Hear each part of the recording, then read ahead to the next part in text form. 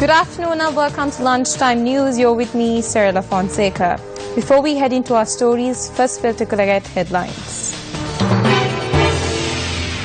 Coconut prices on the rise. Buddhist mark full moon poya signalling the end of vast season. Lives and property destroyed in Galin-Bidunwava due to wild elephants. US President Donald Trump's Twitter account briefly vanishes.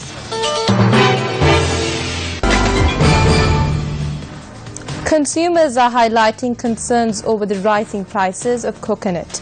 Our correspondent around the country reports prices of coconuts are ranging between 90 and 100 rupees.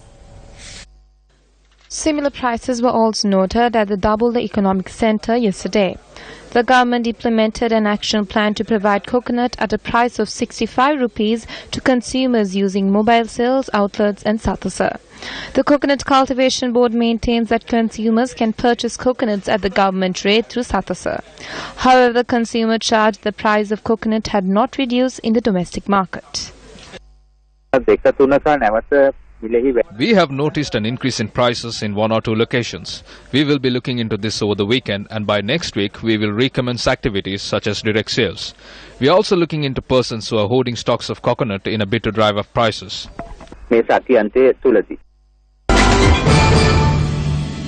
Buddhists the world over mark Il Full Moon Poya Day today. The prediction of emergence of the future Buddha was announced on Il Full Moon Poya Day. The Il Full Moon Poya Day marks the end of the rainy retreat period or Vasana Samaya.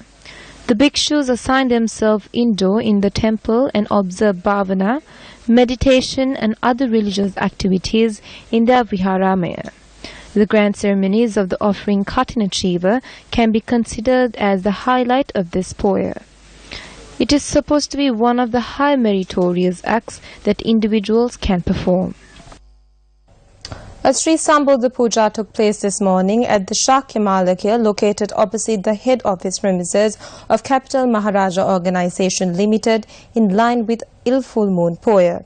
The sermon was delivered by Venerable Dr. Kirinde Asaji Thero of Hunupite Gangarama Viharya.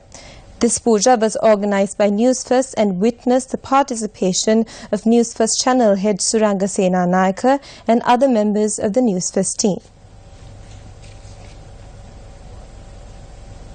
The human-elephant conflict has impacted yet another area in the north-central province. This report comes from Galin-Bidunwava. Residents of the Galin-Bidunwava have severely inconvenienced due to the constant threat of wild elephants. According to our correspondent in the area, the coconut and banana pepper cultivation in the area have been completely destroyed by wild elephants. Area residents charge that officials are turning a blind eye to their issues. Naval exercises between the Sri Lankan and Indian Navy are due to be produced today following the arrival at 3 Indian naval vessels yesterday. Navy media spokesman Commander Dinesh Bandara stated that Indian naval ships Tir, Sujata and Indian Coast Guard ship Sarathi will take part in several exercises along with the vessels of the Sri Lankan Navy. During their 5-day official visit, the crews of the Indian naval ships are scheduled to participate in a series of friendly sports events and community service activities organized by the Sri Lanka Navy.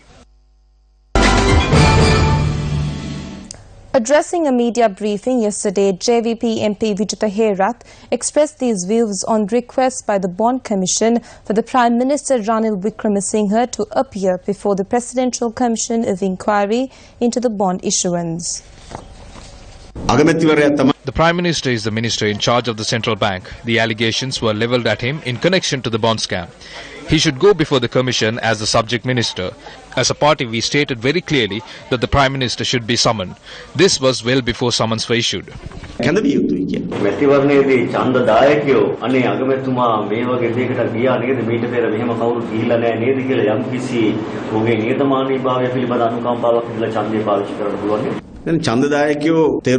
The public need to understand whether this is humility or whether he is appearing before the Commission because of a crime. If he was humble, he would have appeared before this commission prior to summons being issued. He could have gone and said that I gave instruction to Arjuna Mahendran. When a commission issues summons and you follow it, that does not signify humility.